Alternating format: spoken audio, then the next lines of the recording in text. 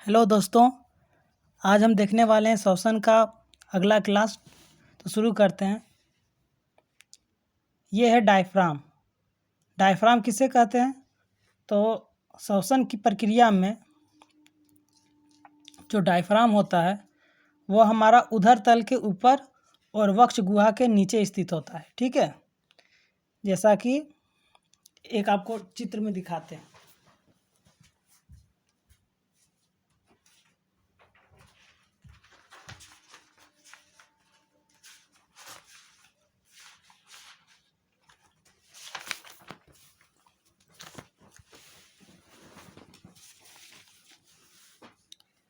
ये इसी को कहते हैं डायफ्राम। ये हमारा डायफ्राम होता है। ठीक है, ये वक्ष गुहा के, ये हमारा वक्ष होता है। वक्ष मतलब सीना।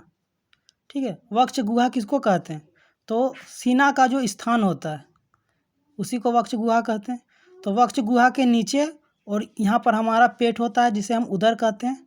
उदर गुहा यानी कि पेट का स्थान, और उदर गुहा के ऊपर स्थित होता है और वक्ष गुहा के नीचे। ठीक है, तो डायफ्राम क्या करता है कि जब हम श्वसन प्रक्रिया करते हैं तो उस दौरान जब हम ऑक्सीजन को अंदर लेते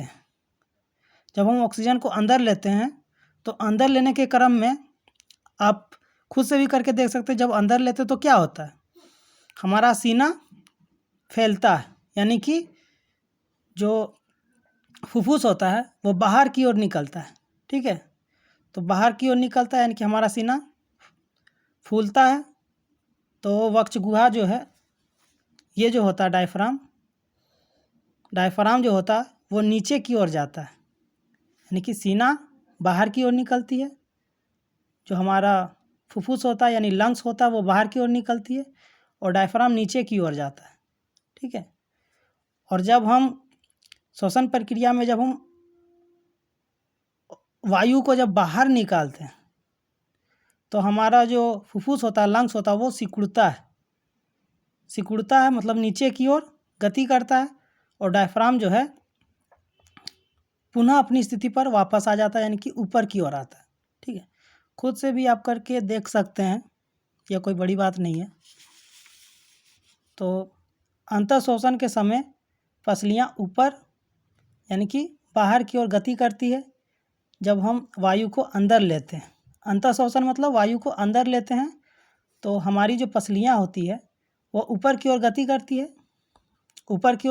है, यानी कि डायफ्राम जो है नीचे की ओर जाएगा, उदर गुहा की ओर जाएगा। ठीक है, और इसके विपरीत जब हम उच्छ्वसन के समय पसलियाँ नीचे की ओर गति करें, मतलब जब हम वायु को बाहर निकालते हैं तो हमारी जो पसलियाँ हैं वह सिकुड़ती है, यानी कि नीचे की ओर गति करती है, जबकि डायफ्राम अपनी पूर्व की स्थिति में यानी कि ऊपर की ओर वापस गति करती है। ठीक है, अब देखिए, कुपिकाओं की सतह को 80 वर्ग मीटर क्षेत्रफल तक फैलाया जा सकता है। जैसा कि हम आपको बताए थे, ये जो कुपिका होता है ये हमारा लंग्स में ही मौजूद होता है, यहाँ छोटा छोटा है ना। तो इसको हम जूम करके दिखाए थे कि कुपिका में ही क्या होता है, गैसों का आदान प्रदान होता है, क्योंकि इसका सतही क्षेत्रफल अधिक होता है। और इसके चारों ओर क्या होता है, रक्त केशिकाओं का जाल होता है, यानी कि रुधिर वाहिकाओं का जाल होता है। इन्हीं के द्वारा जो है गैसों का आदान प्रदान होता है, और वह जो वायु है हमारे संपूर्ण शरीर में इन्हीं कुपिकाओं के जरिए प्रवेश करती है। ठीक है, तो एनसीईआरटी में दिया हुआ है कि कुपिकाओं का जो सतह ये पूरा लंग्स में, इसको 80 वर्ग मीटर क्षेत्रफल तक फैलाया जा सकता है, मतलब इतना वायु हम लोग इसमें भर सकते हैं। ठीक है, अब यहाँ पर दूसरा पॉइंट कह रहा है आपको कि यदि शरीर में विसरण प्रक्रिया जो होती है वह पादपों में होती है, ठीक है, पौधों में होती है।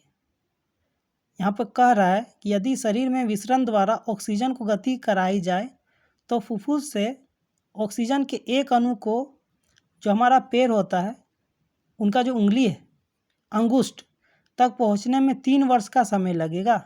मतलब लंग्स से लेकर हमारा जो पैर है, उनकी जो उंगलियां हैं वहाँ तक पहुँचने में 3 वर्ष का समय लगेगा। यदि विसरण द्वारा किया जाए, विसरण प्रक्रिया क्या होता है? तो विसरण प्रक्रिया होता है कम से अधिक की ओर गति करना, जहाँ पर हमारा वायु कम है और हम जब वायु लेते हैं वायुमंडल में तो वहाँ पर वायु क्या अधिक है, तो वायुमंडल से शरीर के अन्य भागों तक पहुँचाना, यही विसरण कहलाता है। ठीक है, लेकिन हमारे शरीर में क्या मौजूद होता है? हीमोग्लोबिन। हीमोग्लोबिन हमारे शरीर में मौजूद होता है, जिसकी वजह से हम जो है ऑक्सीजन का संपूर्ण शरीर में परिवहन करवाते हैं। हीमोग्लोबिन जो हमारा रक्त में ही होता है, और रक्त में आरबीसी होता है, और आरबीसी में ही हीमोग्लोबिन क्या होता है? एक श्वसन वर्णक होता है। इसलिए वायु में उपस्थित ऑक्सीजन को शरीर के ऊतकों तक श्वसन वर्णक लेकर जाती है। श्वसन वर्णक किसे कहते हैं? तो हीमोग्लोबिन को कहते हैं। ठीक है, हीमोग्लोबिन को, और यह आरबीसी में उपस्थित होता है। वायु में उपस्थित कार्बन डाइऑक्साइड को शरीर से लंग्स यानी कि फुफ्फुस यानी कि फेफड़ा तक प्लाज्मा लेकर जाती है। ये भी क्वेश्चन पूछा गया है। तो कार्बन डाइऑक्साइड जो होता है वह जल में विलय होता है, जल में विलय होता है, और हम जानते हैं कि रक्त जो होता है वो प्लाज्मा भी क्या होता है? तरल होता है। तो जल में विलय कार्बन डाइऑक्साइड, तो प्लाज्मा हमारा कैसा होता है? तरल होता है, यानी कि जलीय जैसा ही होता है। तो कार्बन डाइऑक्साइड जल में विलय होता है, इसलिए इसका परिवहन रक्त में उपस्थित प्लाज्मा करता है। वही दिया हुआ है कि प्लाज्मा का परिवहन कौन कराता है? प्लाज्मा जो है किसको परिवहन कराता है? तो कार्बन डाइऑक्साइड को, जबकि हीमोग्लोबिन जो है वह ऑक्सीजन को संपूर्ण शरीर में परिवहन कराता है। ठीक है, यहाँ पर आपको दो ही पॉइंट निकल के आ रहा है कि हम जब निःश्वसन करते हैं यानी कि अंतःश्वसन करते हैं, उस दौरान ऑक्सीजन को संपूर्ण शरीर में जो है वो हीमोग्लोबिन लेके जाता है, और वापस संपूर्ण शरीर से बाहर वायुमंडल में कार्बन डाइऑक्साइड को प्लाज्मा के जरिए वापस पहुंचाया जाता है। ठीक है, तो आशा करते हैं यहाँ तक आप समझ पाए होंगे। अब देखते हैं इसका अगला पार्ट अगले लेक्चर में। ठीक है, तब तक के लिए धन्यवाद।